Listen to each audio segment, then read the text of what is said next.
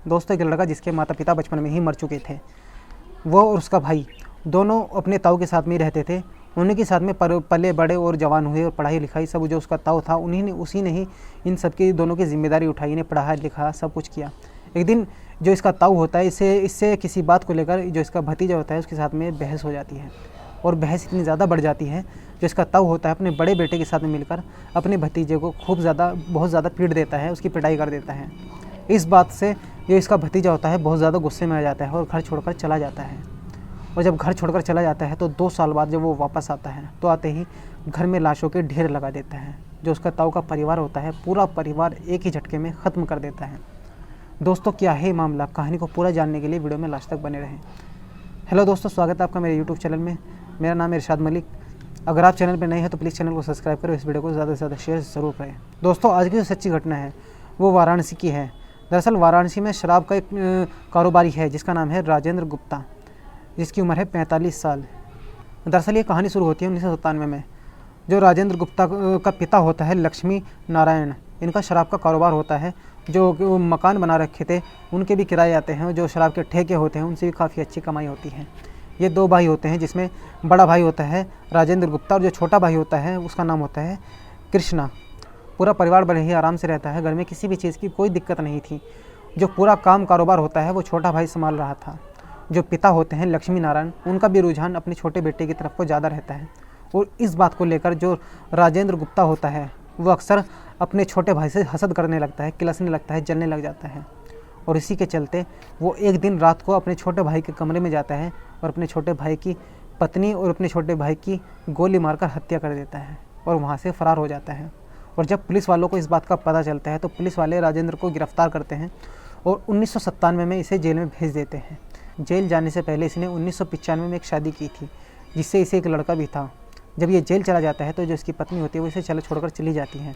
उसके बाद 2003 में ये वापस आता है और वापस आने के बाद फिर एक और शादी करता है, और जब शादी करता है तो उस पत्नी से इसे 3 बच्चे भी थे। दरअसल जो इसका पिता था, जो इसके छोटे बेटे लक्ष्मी नारायण के बच्चे होते हैं, उन्हें पूरा काम सिखा रहा था, यानी कि मकान का जो किराया कैसे लेना है, शराब के ठेकों को कैसे संभालना है। जब ये राजेंद्र प्रसाद घर पर आता है तो जो इसका पिता होता है वो नहीं चाह रहा था कि जो एक उसके छोटे बेटे का कातिल है वो हमारे साथ में रहे।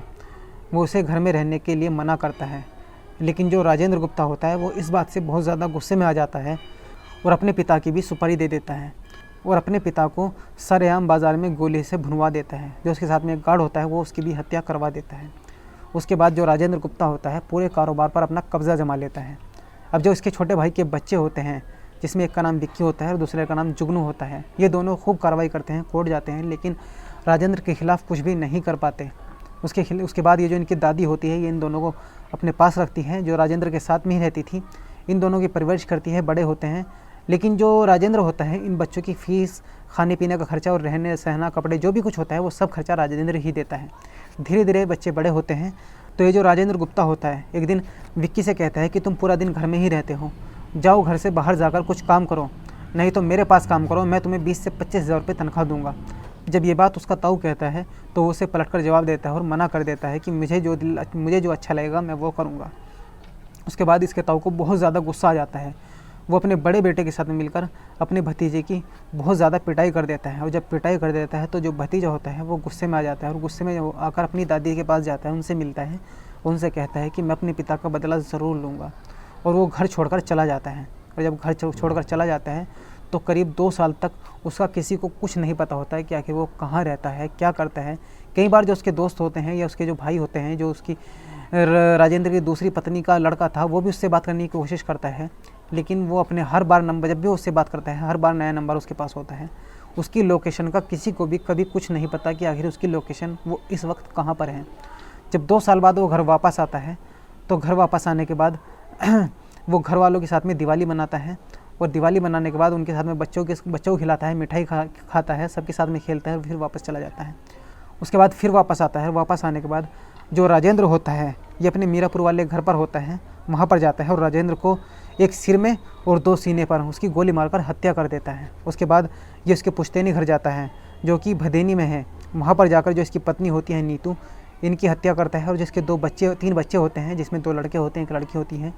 इनकी भी बेरहमी से हत्या कर देता है और हत्या करने के बाद वो वहाँ से फरार हो जाता है। दरअसल ये जो विक्की होता है इसका हत्या करने का कोई इरादा नहीं होता। ये जो इसका जो ताऊ होता है और जिसका ताऊ का बड़ा बेटा होता है, जबकि इनके काम को लेकर इनके बीच में झगड़ा होता है, जो इसका ताऊ होता है अपने बड़े बेटे के साथ में मिलकर इसकी पिटाई कर देता है। अपने पिता की मौत का बदला लेने की इच्छा इसे उसी वक्त जागती है। जो पुलिस की रिपोर्ट के अनुसार जो बताया गया है, उसी वक्त जब इसकी जो ताऊ होता है इसकी पिटाई कर देता है, उसी वक्त इसकी जो अपने माता पिता की मौत का बदला लेने की इच्छा जागती है। और फिर ये घर छोड़कर चला जाता है और वहाँ पर जाकर 2 साल तक बाहर रहता है, किसी को कुछ नहीं पता। और वहीं पर जाकर ये पूरी प्लानिंग करता है। पूरी प्लानिंग करने के बाद जब सब कुछ इसे पता होता है कि इस वक्त कौन कहाँ मिलेगा, ये मौके पर जाता है, पहले अपने ताऊ को और फिर उसके पूरे परिवार को ख़त्म कर देता है। लेकिन उस घर में जो उसकी दादी होती है वो उसे छोड़ देता है। और जो इसकी दादी होती है यही मीडिया को और पुलिस वालों को पूरी कहानी बताती है। दरअसल इस कहानी में शुरू में क्या क्या हुआ था, कैसे इन दोनों के बीच में अनबन रहती थी। जो विक्की है इसने अपने पिता की मौत का बदला क्यों लिया, जो इसका ताऊ है राजेंद्र गुप्ता, इसने इसके माता पिता का कत्ल किया था। लेकिन जब विक्की होता है वो अभी तक इस बात को भूला नहीं था और जैसे ही इसका मौका लगा इसने अपने माता पिता की मौत का बदला ले लिया। फ़िलहाल पुलिस इसकी तलाश में है, इसकी लोकेशन ट्रेस की जा रही है। इसका फ़िलहाल अभी कुछ भी पता नहीं है ये कहाँ पर है। जगह जगह से ढूंढा जा रहा है, इसके घर पर गए हैं, वहाँ पर जाकर सबूत जुटाने की कोशिश की जा रही है। लेकिन फ़िलहाल पुलिस वालों को ऐसा सबूत नहीं मिला है। जो इसकी दादी है उसी के बताने के अनुसार जब उनसे पूछा गया कि आखिर इनका कत्ल किसने और क्यों किया, क्या इनकी किसी से दुश्मनी थी, तो जो इसकी दादी होती है वो विक्की का नाम लेती है। और जब पुलिस वाले पूछते हैं तो आखिर तुमने विक्की का नाम क्यों लिया, तब ये जो दादी होती है वो पूरी कहानी बताती है कि आखिर मुझे विक्की पर शक क्यों है। क्योंकि वो मुझसे कह कर गया था कि मैं अपने पिता की मौत का बदला ज़रूर लूँगा और इसीलिए मैंने कहा कि इनको विक्की ने ही मारा है। और विक्की अपनी पूरी गैंग के साथ में आया था और इसी ने ही राजेंद्र और उसके पूरे परिवार को ख़त्म किया है। जो पुलिस वाले होते हैं उस दादी के बयान के आधार पर ही इस मामले की जांच कर रही है, विक्की के खिलाफ सबूत इकट्ठा कर रही है, उसे तलाश कर रही है, उसे पकड़ने की कोशिश की जा रही है। लेकिन विक्की फ़िलहाल फरार है। विक्की का भाई जुगनू है, पुलिस की हिरासत में है, पुलिस उससे भी पूछताछ कर रही है। लेकिन फ़िलहाल पुलिस को ऐसा कोई ख़ास सबूत नहीं मिला है जिससे ये पता लगाया जा सके कि आखिर इनका कत्ल किसने किया है। दोस्तों, इस कहानी को सुनाने का मकसद किसी को परेशान करना नहीं है और ना ही किसी का दिल दुखाना है, बल्कि आपको जागरूक करना है, आपको सचेत करना है कि इस क्राइम की दुनिया में आप अपनी हिफाजत कर सकें और अपने आप को सेफ़ रख सकें। क्योंकि अगर आप किसी के साथ में गलत करते हो तो उस काम का गलत नतीजा होता है और जो सामने वाला होता है पता नहीं आपसे कितनी हसद किए बैठा है, कितनी नफ़रत आपके लिए पाले बैठा है और कब जाने वो किस क्राइम को अंजाम देते कोई नहीं जानता। इसलिए सावधान रहें, सतर्क रहें। और अगर ये वीडियो अच्छी लगी हो तो इसे शेयर ज़रूर करें। और अगर आप चैनल पर नए हैं तो प्लीज़ चैनल को सब्सक्राइब करें ताकि हम आपके लिए ऐसी ही वीडियो लाते रहें। तो मिलते हैं किसी और कहानी में, तब तक के लिए धन्यवाद।